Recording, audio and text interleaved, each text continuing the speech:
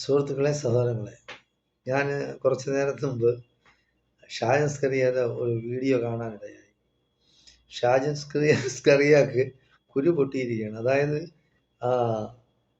Palluruthy cent Rita's public സ്കൂളിലെ principal ആ സ്ത്രീയെ പറ്റി പിശാചെന്നാണ് സോഷ്യൽ മീഡിയയിൽ ഇപ്പോൾ വരുന്നത്. പിന്നെ പല്ലിങ്ങനെ രണ്ട് കൊന്തപ്പല്ല് യക്ഷിയുടെ പല്ലും വെച്ച് അങ്ങനെ നിൽക്കുന്നതായിട്ട് കാണിക്കുന്നുണ്ട്. സത്യത്തിൽ അത് തന്നെയാണ് ആ രൂപം. പിന്നെ ചിരിച്ച് പല്ലിച്ച് കാണിക്കുന്നെങ്കിലും ആ ഉള്ളിൽ എന്ന് പറയുന്ന രണ്ടെണ്ണം ആ പല്ല് അത് പിന്നെ യക്ഷിയുടെ പല്ല് തന്നെയാണ്. അപ്പോൾ അങ്ങനെയൊക്കെ വാളിൽ വിടുന്നത്. പിന്നെ വേറൊന്നില് കാക്കി ട്രൗസർ അതും ഇട്ട് പിന്നെ ബീഫ് കണ്ടിക്കുന്നത്. ബീഫ് ഇപ്പോൾ കണ്ടിക്കുന്നതിന് അതിനെന്ത്, ബീഫ് ആരും കഴിക്കില്ലേ? കേരളത്തിലുള്ള എല്ലാവരും കഴിക്കും. സംഘപരിവാറുകാരും കഴിക്കും, ക്രിസ്ത്യാനികളും കഴിക്കും, മുസ്ലിങ്ങളും കഴിക്കും, എല്ലാവരും കഴിക്കും. ബീഫ് കണ്ടിക്കുന്നതിന് അതൊക്കെ ഷാജൻ സ്കറിയാക്കി സഹിക്കുന്നില്ല. ഷാജൻ സ്കറിയ അങ്ങനെ കടിച്ചു പിടിച്ച് പറയണം ഇവിടെ വർഗീയ ധ്രുവീകരണത്തിന് ശ്രമിക്കുകയാണെന്ന്.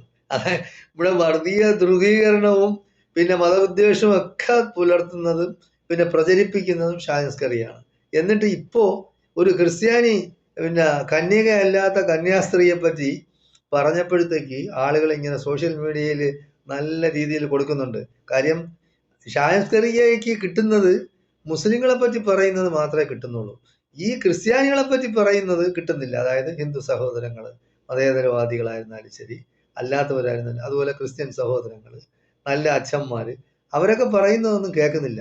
കേരളത്തിൻ്റെ സംസ്കാരം അനുസരിച്ച്, കേരളത്തിൻ്റെ പാരമ്പര്യം അനുസരിച്ച്, ഭാരത സംസ്കാരത്തെ പറ്റിയൊക്കെ ഘോരം ആ കന്യാസ്ത്രീ സംസാരിക്കുന്നത് നമ്മൾ ചാനലിൽ കണ്ടതാണ്. എന്തായാലും ശരി, ഭാരത സംസ്കാരം എന്താണെന്ന് പഠിച്ചിട്ട് വരണം. പിന്നെ ഷാജൻ സ്കറിയ നമ്മളെ പിന്നെ എന്താണ് ശശികല ഉണ്ടല്ലോ, വിഷകല, മൂർഖം പാമ്പാണ്, അതുമായിട്ട് നിൽക്കുന്ന ഫോട്ടോയെ പറ്റി ഒരക്ഷരം മിണ്ടിയില്ല.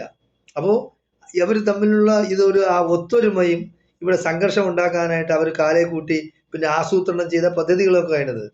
ഹിജാബ് എന്ന് പറയുന്നു, ഷാജൻ സ്കറിയ ഹിജാബ് പറയുന്നു. എന്ത് ഹിജാബാണ്? നിനക്ക് അതിൻ്റെ അർത്ഥം വല്ലതും അറിയാമോ? ഹിജാബ് എന്ന് പറയുന്നത് തലയിലൊരു തട്ടോ എന്ന് പറഞ്ഞാൽ മതി. നല്ല പച്ച മലയാളത്തിൽ ഹിജാബ് എന്ന് കേൾക്കുമ്പോൾ ജനങ്ങൾ തെറ്റിദ്ധരിക്കും, എന്തോ ഭീകരമായ ഒരു സാധനമാണെന്ന്. നീ ഹിജാബ് എന്ന് ഇനി പറയുന്നത് ഷാജൻ സ്കറിയ, നീ എന്തിനാണ് ഇല്ലാത്ത പ്രശ്നങ്ങൾ ഉണ്ടാക്കുന്ന നാട്ടിൽ? തലയിലൊരു തട്ടം ഇട്ടു കൂടുതലായിട്ട് ആ കുട്ടി. അത് മാത്രമല്ല, അങ്ങനെ ഒരു നിഷ്കർഷ ഈ സ്കൂളിൽ ചേർക്കാമെന്ന 8ാം ക്ലാസ്സിൽ പഠിക്കുന്ന കുട്ടിയാണ്. ആ സ്കൂളിൽ ചേരാമെന്നപ്പോൾ അങ്ങനെ ഒന്നും പറഞ്ഞിട്ടില്ല. പിന്നെ ഈ കുട്ടി പണ്ടേ തട്ടമിട്ട് തന്നെ